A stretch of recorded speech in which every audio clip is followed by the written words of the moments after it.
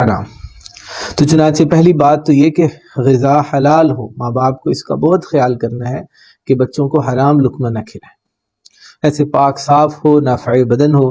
قرآن کریم میں اللہ تعالیٰ کا ارشاد ہے یا ایھا الرسول کلوا من الطیبات واعملوا صالحا، ترجمہ ہے پیغمبرو پاکیزہ چیزوں میں سے جو چاہو کھاؤ اور نیک عمل کرو، سورہ مومنون آیت نمبر 51۔ اسی طرح دوسری جگہ ارشاد مبارک ہے یا ایھا الناس کلوا مما فی الارض حلالا طیبا، ترجمہ اے لوگو زمین میں جو کچھ حلال اور پاکیزہ ہے وہ کھاؤ، سورہ بقرہ۔ ایک یہ کہ حرام اور خبیث چیزیں نہ کھائیں، دوسرے یہ کہ جو چیزیں پاکیزہ نصیب ہو اسے کھائیں، تیسری یہ کہ کھائیں بھی اور نیک عمل بھی کریں۔ پاکیزہ چیزیں کھانے سے جو صحت اور قوت حاصل ہو اسے اللہ کی فرما برداری میں خرچ کریں، اس کے احکام پر عمل کریں۔ اللہ تعالیٰ کی نعمتوں سے فائدہ اٹھانا اور ان میں گناہوں میں لگانا یہ ناشکری ہے۔ حلال غذا کا عمل صالح میں بڑا دخل ہے۔ جب غذا حلال ہوتی ہے تو خود بخود نیک اعمال کی رغبت ہوتی، اور غذا حرام ہو تو نیک اعمال کی توفیق نہیں ہوتی۔ اس وجہ سے اپنی غذا کو پاک رکھنا، حلال رکھنا یہ بہت ضروری ہے۔ اور حلال کمانا یہ کوئی دنیاوی کام نہیں بلکہ یہ ایک تو دینی فریضہ ہے، جیسے حدیث مبارکہ میں آپ صلی اللہ علیہ وسلم کا ارشاد مبارک ہے طلب کسب الحلال فریضۃ بعد الفریضہ، سنن الکبریٰ للبیہقی۔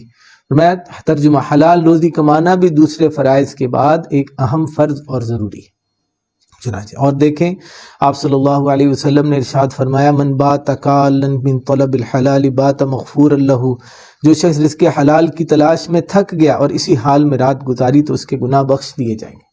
اللہ اکبر، رزق حلال کی تلاش میں تھک کر اس طرح رات گزاری تو اللہ اس کے گناہوں کو بخش دے گا۔ اور فرمایا ان اللہ یحب ان یری عبدہ تعبا فی طلب الحلال، ترجمہ اللہ تعالیٰ کو یہ بات پسند ہے کہ وہ اپنے بندے کو حلال کی تلاش میں تھکا ہوا دیکھے۔ اور آپ صلی اللہ علیہ وسلم نے دعا فرمائی اللہم انی اسألک رزقا طیبا وعلما نافعا وعملا متقبلا، اے اللہ میں تجھ سے حلال اور صاف روزی مانگتا ہوں اور ایسا علم جو نفع بخش ہو اور وہ عمل جو تیرے دربار میں مقبول ہو۔ چنانچہ اپنی غذا کو ہم نے حلال رکھنا اور حلال کمانا یہ ایک باقاعدہ بہت بڑی نیکی ہے اور اجر کا کام ہے، دوسرے فرائض کو ادا کرتے ہوئے۔ ایسا نہیں کہ نماز چھوڑ کر حلال کمانا، روزے چھوڑ کر حلال کمانا، نہیں۔ جیسے شروع میں حدیث مبارکہ میں فرمایا فریضۃ بعد الفریضہ، دوسرے فرائض کے بعد درجے کا فریضہ ہے۔ صحابہ کرام کاروبار بھی کرتے تھے، ملازمت بھی کرتے تھے، کھیتی باڑی بھی کرتے تھے اور نماز اور اعمال اس کا بھی اہتمام فرماتے ہیں۔ ایسے ہی بچوں کی غذا جو ہے وہ عمدہ ہو، اچھی ہو۔ اگر آپ بچوں کی اچھی صحت چاہتے ہیں تو ان کو پروسیسڈ فوڈز یعنی مصنوعی غذا سے بچائیں۔ سب سے زیادہ صحت مصنوعی غذا سے خراب ہوتی ہے۔ اچھی صحت اور اچھی غذا کے لیے ان چیزوں سے احتیاط کریں۔ یہ آپ کے سامنے پیکٹ میں بند چپس، ایسے چاکلیٹ، تلی ہوئی اشیاء، برگر، پیزا، شاورما وغیرہ، ڈبے کے جوسز، بلکہ قدرتی غذائیں استعمال کریں۔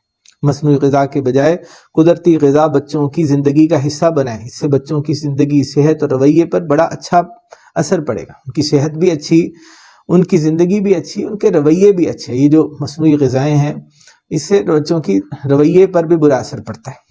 جیسے بچوں کو موسمی پھل کھانے کی عادت ڈلوائیں، یہ دیکھیں یہ پھل کتنے شاندار دکھائی دے رہے ہیں، ایسے دیکھیں قدرتی پھل، ڈبے کے جوسوں کی بجائے پھلوں اور سبزیوں کے جوس کیسے خوبصورت اور فائدہ مند ہیں۔ سبزیوں کی عادتیں ڈلوائیں، گوشت کی عادت ڈلوائیں، دودھ، پنیر، شہد، زیتون، کھجور، ان غذاؤں کی عادت ڈلوائیں۔ تو چنانچہ یہ لوگ اس کو دیکھ کر شہد دیکھ رہے ہیں، کھجور دیکھ رہے ہیں، زیتون دیکھ رہے ہیں، یہ کوئی بہت زیادہ مہنگے بھی نہیں ہوتے۔ جن چیزوں پر ہم پیسے خرچ کر رہے ہیں ان کی نسبت یہ سستے ہوتے ہیں، لیکن یہ کہ جسم کے لیے بھی مفید اور زندگی کے لیے بھی فائدہ مند۔